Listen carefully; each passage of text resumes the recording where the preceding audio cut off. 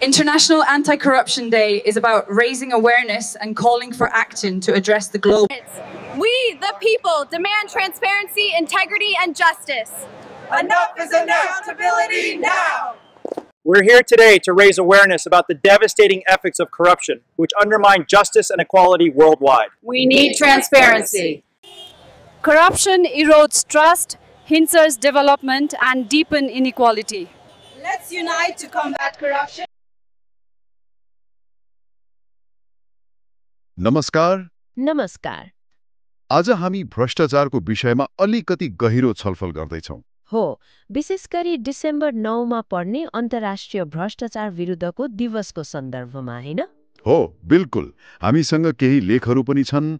आजको हाम्रो यो छलफलको उद्देश्य चाहिँ भ्रष्टाचारको विश्वव्यापी समस्या के हो, नेपालको अवस्था कस्तो छ, अनि यसको जरो कहाँसम्म छ भनेर केलाउने हो।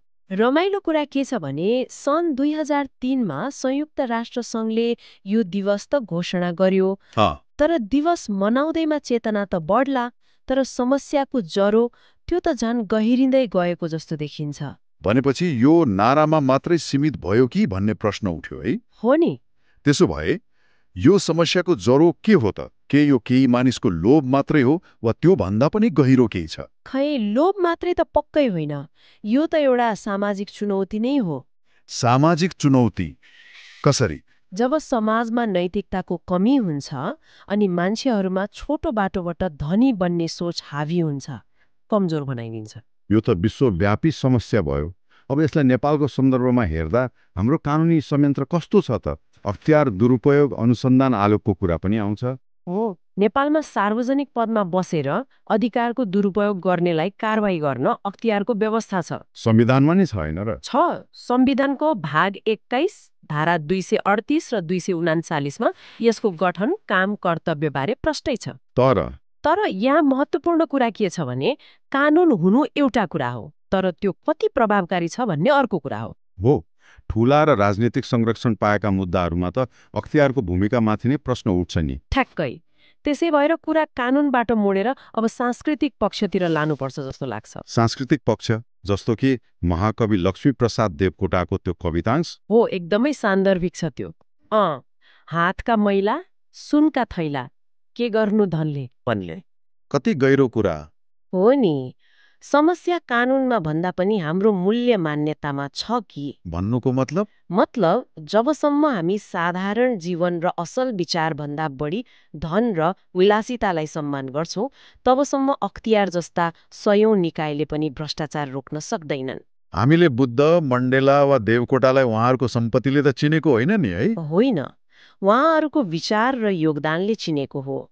तर त्यो कुरा हामीले बिर्सियौं कि जस्तो छ। यसले त भ्रष्टाचारबाट कमाएको सम्पत्तिको व्यक्तिगत असरतर्फ पनि संकेत गर्यो। अवश्य। यस्तो सम्पत्तिले पुस्तौं पुस्तालाई पिरोल्छ कनि भनिन्छ। यसको अर्थ के हो? यसको अर्थ ठगेर वा लुटेर कमाएको सम्पत्तिले भौतिक सुख त देला, तर मानसिक शान्ति दिँदैन। एउटा दुर्भाग्यपूर्ण विरासत बन्छ। हो, जसले आउने पुस्तालाई पनि नैतिक रूपमा कमजोर बनाउँछ। आफ्नो पसिनाको कमाईमा गर्व गर्ने र राज्यलाई कर तिर्ने दायित्वबोध नभएसम्म यो चक्र चलिरहन्छ। अनि यसको सामाजिक असर? जब आम मानिसले आफूले तिरेको करबाट चलेका सरकारी कार्यालयमा सामान्य कामको लागि पनि दुःख पाउँछन्, तब उनीहरूको मनमा कस्तो प्रभाव पर्ला? त्यही नै रह्यो प्रजातन्त्रप्रतिको विश्वास टुट्ने।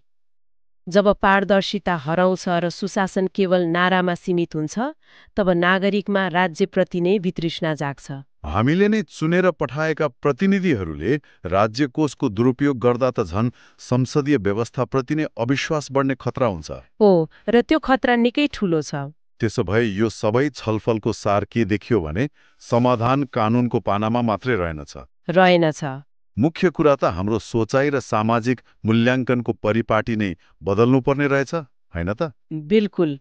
जबसम्म हामी मानिसलाई उसको गाडी, घर र कपडाले होइन, उसको नैतिकता, गुण र शिक्षाको आधारमा मूल्याङ्कन गर्न थाल्दैनौं, तबसम्म भ्रष्टाचार मुक्त समाजको कल्पना अधुरै रहन्छ। हो, अधुरै रहन्छ।